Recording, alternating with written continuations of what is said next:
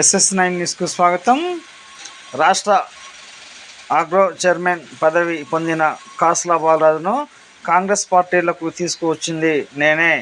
Congress party రాష్ట్ర ST cell ఉపాధ్యక్షులు ప్రతాప్ సింగ్ వెల్లడి.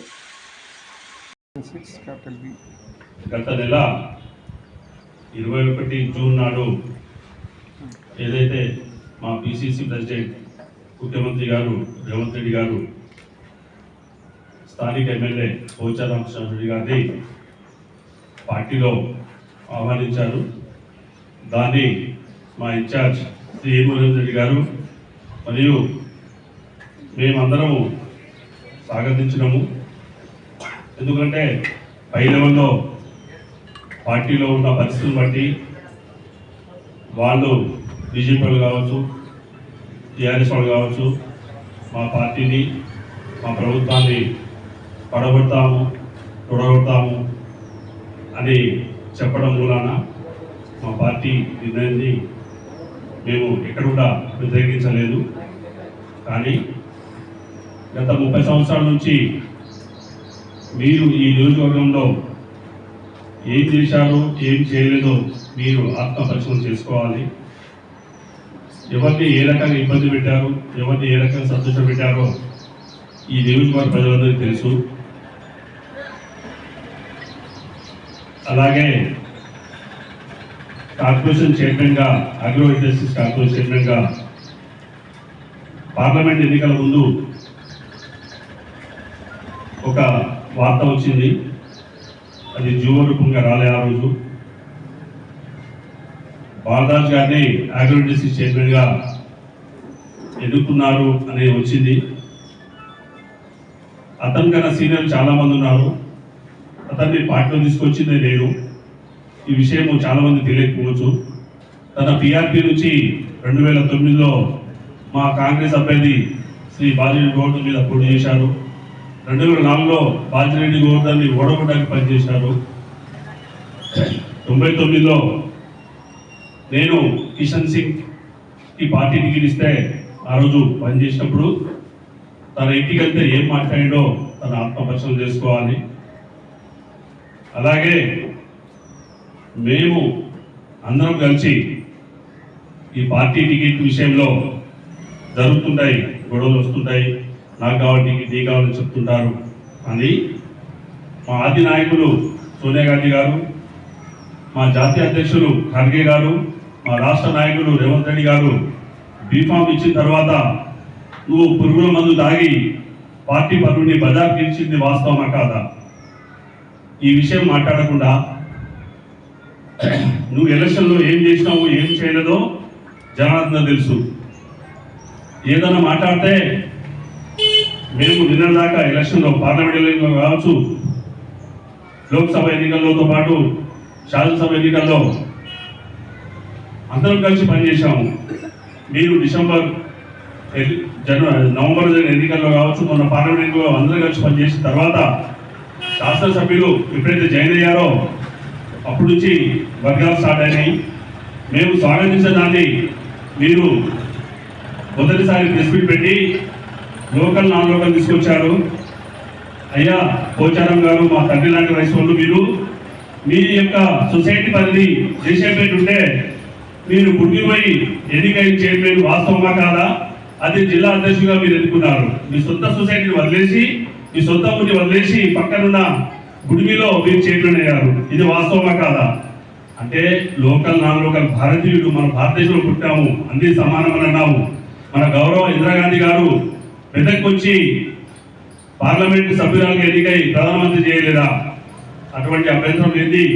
మా పార్టీలో 20 అంటే నెల కూడా కాలే. మా పార్టీలో ఒక సంవత్సరము నెల పిల్లలు అంటారు. ఆ రకంగా మా పార్టీలో ఈరోజు కొత్తగా అటువంటిది వర్గ విభేదాలు చేస్తున్నది మీరు, మేము కాదు.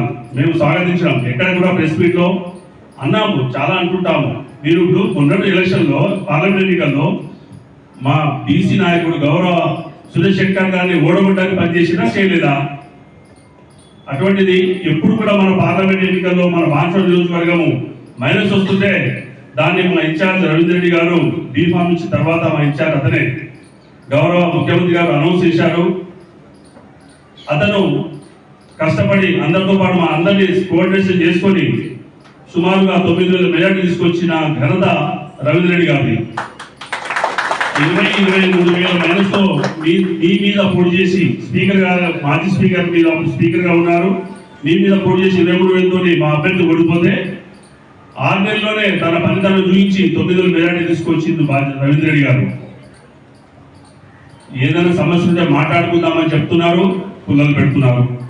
మాట్లాడుకుందామని చెప్తున్నారు, మా అమాయకులతో మాట్లాడిస్తున్నారు.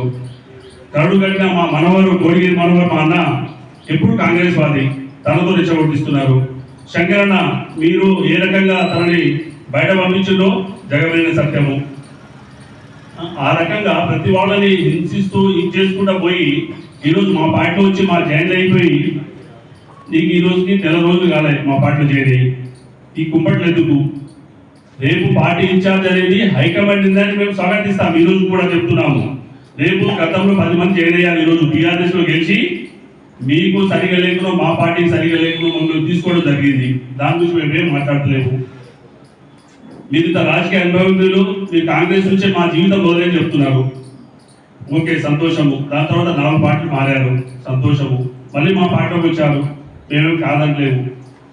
అందరినీ కనుక్కొని పోవాలంటే బీఫామ్ ఇచ్చిన అభ్యర్థి నిన్నటి వరకు మీకు రకరకాల మీ యొక్క అరాచకాన్ని కావచ్చు, మీ యొక్క దుర్మార్గాన్ని కావచ్చు, మీ పరిపాలనని ప్రజలు హర్షిస్తున్నారు. ఈరోజు ఈ 6 నెలల్లో కింద మీద చేశారని చెప్తున్నారు. ఏం చేశారు? ఎవరి మీద కేసు పెట్టించారా? ఎవరు కొట్టించారా? లేకుంటే ఆ నిధి అని చెప్తున్నారు. ఆ నిధిని ఎక్కడ దోచుకున్నారా? మీరు ఇంట్లో నుంచి ఆ నిధిని ఎవరికి చేశారో చెప్పాలి.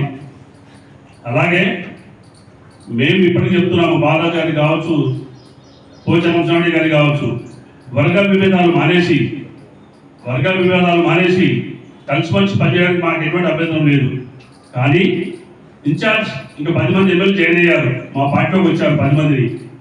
ఆ 10 మంది చోట్ల 10 చోట్ల ఇన్ఛార్జ్ చేంజ్ అయితే చేంజ్ అవుతుండొచ్చు, ఉంటుండొచ్చు, పార్టీ నిర్ణయం అది. ఈ రోజు మీరు మా యొక్క ముఖ్యమంత్రి గారు అనౌన్స్ చేశారు ఇన్ఛార్జ్లని. కాంగ్రెస్ ఉన్న సాంప్రదాయం మీరు అప్పుడు యుక్త వయసు ఉండొచ్చు పోచారం గారు, అప్పుడు మీకు తెలియకపోవచ్చు కాంగ్రెస్ గురించి. కానీ మేము స్టార్టింగ్ నుంచి కాంగ్రెస్ ఉన్నాము. కాంగ్రెస్ లో విధానాన్ని తెలుసు, కాంగ్రెస్ లో ఉన్న క్రమశిక్షణ తెలుసు, కాంగ్రెస్ ఉన్న స్వతంత్రం తెలుసు, కాంగ్రెస్ లో ఉన్న ప్రతి విషయము నరనరాల జీర్ణించుకున్నాము. అటువంటి కాంగ్రెస్ పార్టీలో ఇన్ఛార్జ్ ఉండొచ్చు, ఉండకపోవచ్చు. రవీంద్ర రెడ్డి గారు బాన్స్వాడలో ఉంటే నీకు వచ్చిన అభ్యంతరం ఏంది? నీకు వచ్చిన నష్టం ఏముంది? తన ఓటర్ ట్రాన్స్ఫర్ చేస్తున్నాడు, తన ఎమ్మెల్యే 4 సార్లు చేశాడు ఎల్లారెడ్డిలో. మిమ్మల్ని పార్టీలో కలిపింది పోచారం రెడ్డి గారిని టీఆర్ఎస్ తీసుకొచ్చింది. రవీంద్ర రెడ్డి చెప్తారు బయట జనాలు, మాకే తెలియదు, మీ ఇతరులని మీకు ఆత్మప్రశ్న చేసుకోవాలి మీరు.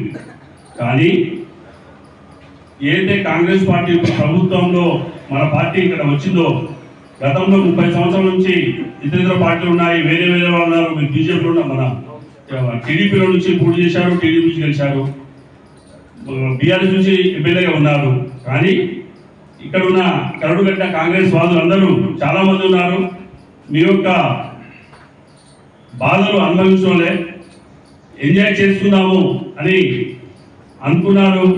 ప్రభుత్వాన్ని మంచి పరిపాలన చేద్దామని చెప్తున్నారు. సరే, మా పార్టీని స్వాగతిస్తామని చెప్తున్నాం.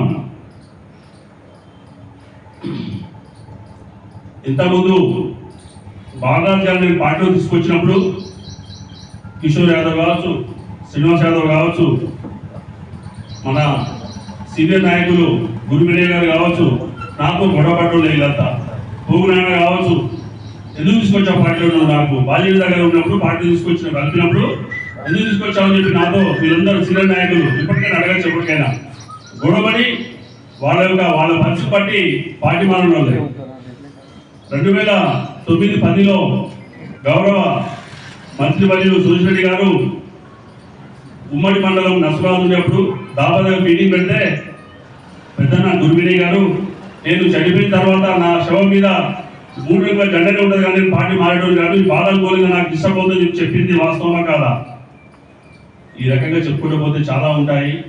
మనము చిన్నపిల్లలం కాదు, చిన్నపిల్లలాగా పిల్ల చేసేలాగా చేయకూడదు. దయచేసి అందరూ కలిసిమెలిసి చేద్దాము. ఇప్పుడు ఏదంటే మా అభ్యర్థులతో మా పార్టీ పెద్దలతో మాట్లాడిస్తున్నారు. అయ్యా ఇది సమంజసం కాదు. ఏదో మేము అడిగిన సబ్జెక్ట్ మాట్లాడండి, మేము అడిగిందని చెప్పండి. మీరు రవీందర్ రెడ్డి గారిని ఇప్పుడు వెళ్ళిపోతాడు తన్ని ఏదో కొడతామనే మాట అది ఎంతవరకు సమంజసము? ఆ రకంగా మాట్లాడితే మాకు కూడా నోరు ఉంటుంది, మేము కూడా మాట్లాడితే మీకు తక్కువ లేదు.